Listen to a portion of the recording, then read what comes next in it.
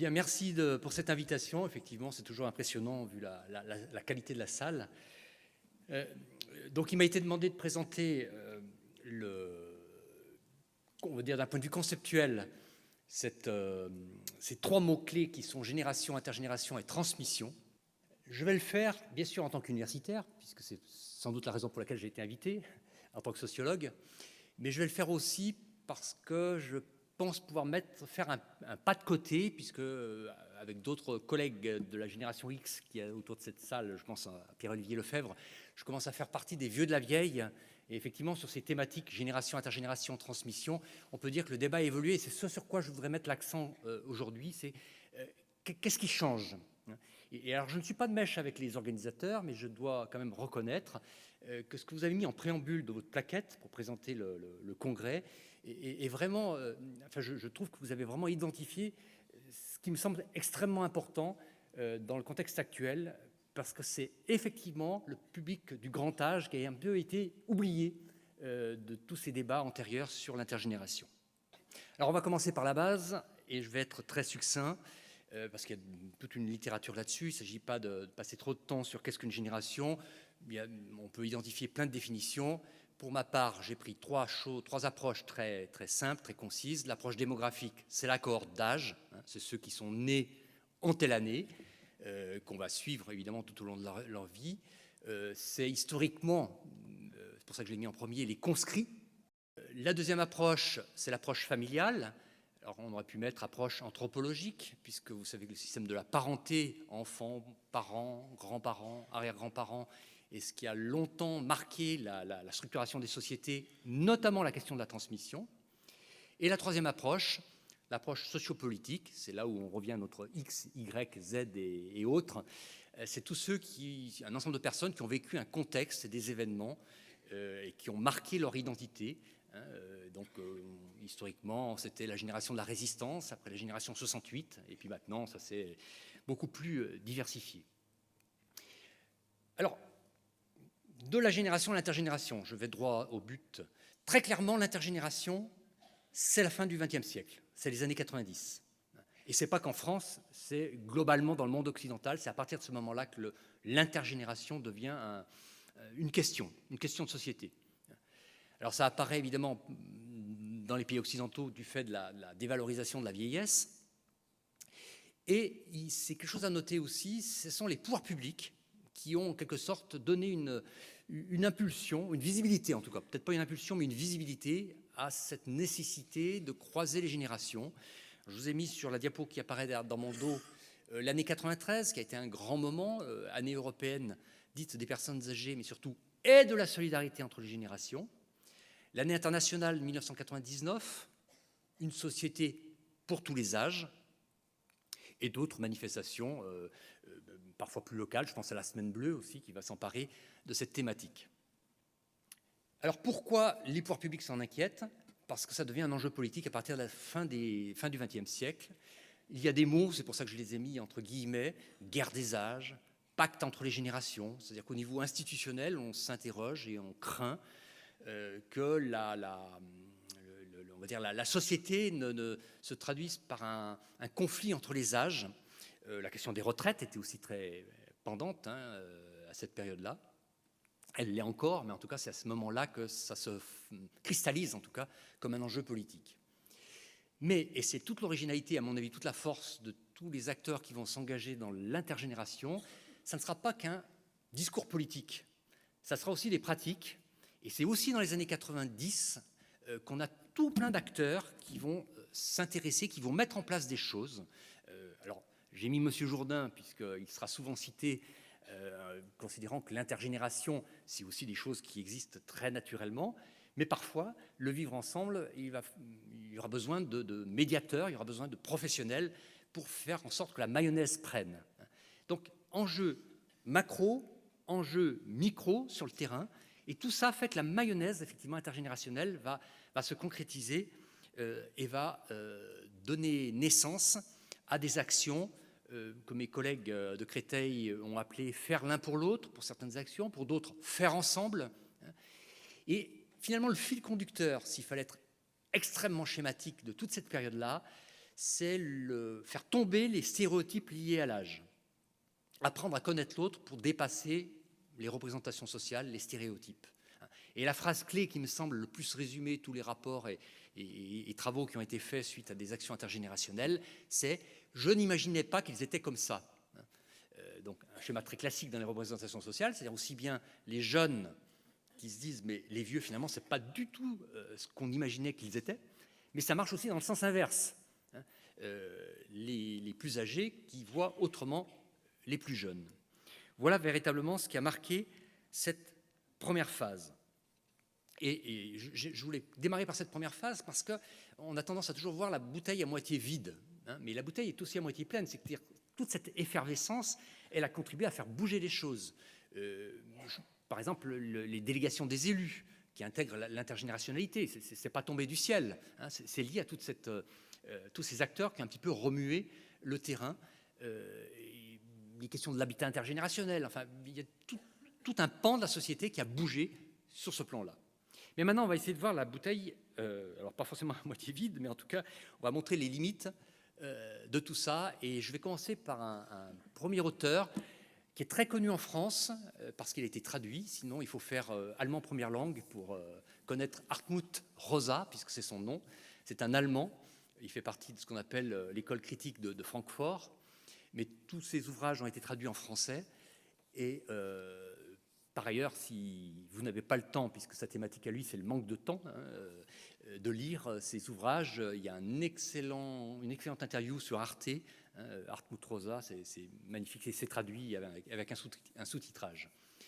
Donc Hartmut Rosa, pourquoi je l'évoque comme limite de l'intergénération, puisqu'il dit, même si on fait bouger les choses en mettant en place des actions, en faisant tomber les stéréotypes, il n'empêche qu'on est aliéné, puisque vous voyez sans doute que le titre c'est « Accélération et aliénation », par les structures temporelles de la modernité.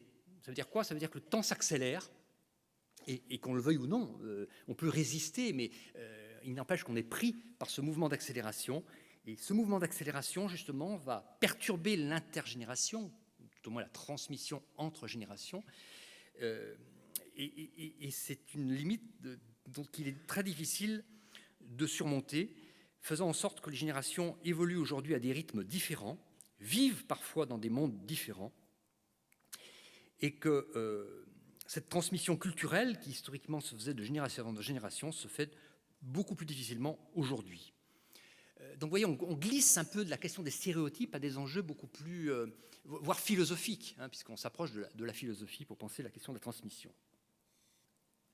Alors, dans les évidences, puisque je glisse sur le troisième mot-clé de la transmission, évidemment, l'accélération de la société joue à l'encontre des plus âgés, puisque le savoir devient vite obsolescent.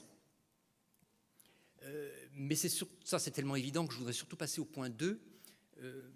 On a aussi, et c'est ce qui complique la transmission entre les générations, une transmission qui est empêchée ou dominée. J'ai mis les deux adjectifs qu'on trouve le plus fréquemment sur le sujet. Alors ça veut dire quoi? Empêcher, on a eu les commémorations de la guerre, et régulièrement quand il y a les commémorations, on a des témoignages de gens, alors là plutôt ceux qui ont fait la Deuxième Guerre mondiale, puisque la Première Guerre mondiale, la plupart des sont décédés, de gens qui n'ont jamais raconté. À quoi bon? Voilà. Donc la transmission empêchée, c'est tous ceux qui pensent qu'il n'y a pas d'utilité à transmettre, précisément parce que les conditions ne s'y prêtent pas. La transmission dominée, pour l'illustrer, j'ai un exemple très concret, puisque nous avons fait venir la semaine dernière, tout simplement, à l'université, une artiste qui a fait une conférence gesticulée sur son parcours migratoire. Et après, il y a eu un débat dans la salle, et on s'apercevait que la plupart des jeunes, qui étaient là, des jeunes étudiants et étudiantes qui étaient dans la salle, en fait, ont tous conforté l'artiste en disant « mais mes parents ne m'ont jamais raconté ».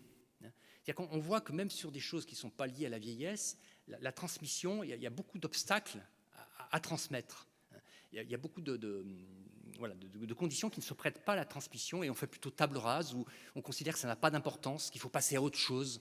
C'était vraiment une constante, et ça m'a beaucoup intrigué, ce rapport à la mémoire. Et j'en viens donc à cette bouteille à moitié vide. Aujourd'hui, Très concrètement, si on ne travaille pas cette question de la transmission, on aboutit à 2 scénarios qui ne sont pas très positifs. D'une part, ça veut dire qu'on reconnaît le jeunisme de la société, à laquelle adhère d'ailleurs une partie de la population âgée elle-même. Autrement dit, pas de salut sans être jeune, sans rester jeune le plus longtemps possible. Or, c'est ma partie d'après, mais la transmission suppose une altérité, suppose qu'on ne discute pas entre semblables, mais qu'on discute entre gens différents. Donc il faut assumer aussi de ne pas se calquer sur cette société jeuniste. Et la deuxième chose, le deuxième scénario un peu autre, c'est au contraire l'affirmation que c'était mieux avant, et c'est ce qu'on appelle la société réactionnaire ou la tentation réactionnaire d'un retour à un âge d'or qui évidemment n'existe pas. Alors qui de mieux pour nous sortir de cette impasse ? Je vais faire œuvre de transmission à mon tour, puisque malheureusement les jeunes étudiantes et étudiants l'ont oublié. Michel Philibert, le fondateur de la gérontologie, enfin celui qui a fait connaître la gérontologie et qui a contribué à en faire une discipline en France, Michel Philibert, grenoblois. Et qu'est-ce qu'il nous dit, Michel Philibert ? Alors j'ai mis une diapo plus longue derrière, mais s'il fallait le résumer, la pensée de Michel Philibert, c'est qu'il nous dit que transmettre, si on n'est pas dans cette logique-là, c'est parce qu'on a toujours assimilé la transmission à l'école, transmettre des connaissances. Or, ce n'est pas ça la transmission d'un point de vue philosophique, en tout cas c'est le point de vue qu'il défend. La transmission, c'est avant tout, non pas un transfert de connaissances ou une reproduction, c'est une réinterprétation d'un parcours de vie et plus globalement de la vie. Je vais juste vous faire une très brève citation de Michel Philibert. « Mais notre vie a été mêlée à celle des autres, aînés, contemporains, cadets, familles et amis, partenaires et adversaires, à celle des groupes et des institutions auxquels nous avons participé, à l'histoire de notre pays, à une séquence de l'histoire de l'humanité. Dès lors, le travail de réinterprétation et de réorientation que l'avance en âge nous invite à faire constitue pour les communautés dont nous avons partagé la vie, pour les cadets qui nous survivront, pour la communauté humaine tout entière, un instrument privilégié de l'examen de la vie commune. » Voilà. Je n'irai pas plus long, mais je rappelle quand même que c'était au fondement de la gérontologie, cette question de la transmission expérientielle et pas simplement de la transmission de connaissances. Et je vais finir avec 2 choses. D'abord, un petit pas de côté pour dire que cette question de la transmission, dès lors où on l'aborde sous l'angle que je viens d'évoquer, c'est une question universelle. Ça ne concerne pas que le vieillissement et le grand âge. Sophie Divet, qui a travaillé sur la transmission dans le monde du travail, entre les jeunes et les vieux. Et en particulier, elle a travaillé sur les EHPAD, donc c'était encore plus intéressant. Et elle montre qu'historiquement, là aussi, la transmission entre les jeunes et les vieux a fonctionné. Beaucoup de transmissions fonctionnaient comme ça. C'était l'ancien qui avait une forme d'autorité et des choses à transmettre aux plus jeunes. Et elle nous montre comment, si les conditions ne sont pas adaptées, elle montre que les conditions ne sont pas adaptées, c'est-à-dire que l'accélération du temps, l'organisation du travail qui se détériore, et bien ça ne devient plus une transmission avec ce qui est au fondement de la transmission, c'est le don et le contre-don, ça devient ce qu'elle appelle un don contraint. Il faut faire tourner la boutique, et le plus rapidement possible, et donc la transmission devient quelque chose de démonétisé en quelque sorte, et qui ne permet pas le contre-don, à savoir de reconnaître l'ancien dans ce qu'il transmet. Donc les deux, et l'ancien, lui non plus, ne reconnaît pas le nouveau comme quelqu'un d'ouvert et capable de s'approprier un peu de ce qui lui est transmis. Et je trouve que cette idée de don contre don qui n'est pas respectée est très bien. Et d'ailleurs, et je finis sur Sophie Divet, elle nous dit que on passe d'une relation entre anciens et jeunes à une relation entre titulaires et remplaçants. Et je trouve que ce glissement est très parlant si on fait un pas de côté. Et donc cette fois-ci, j'en viens à ma dernière diapo. Le droit de vieillir, par mes collègues Bernadette Pujalon et Jacqueline Trincaz, auxquels j'ai succédé à l'Université de Créteil. On donne cette définition, à savoir que seul le vieux ouvre aux générations qui le suivent la dimension de l'avenir, et que la figure qui finalement, aussi bien dans le monde du travail qu'en dehors du monde du travail, qui serait à revaloriser, c'est la figure du passeur. Voilà. Je vous laisse méditer sur la figure du passeur comme point d'orgue un petit peu de cette conférence introductive. Je vous remercie.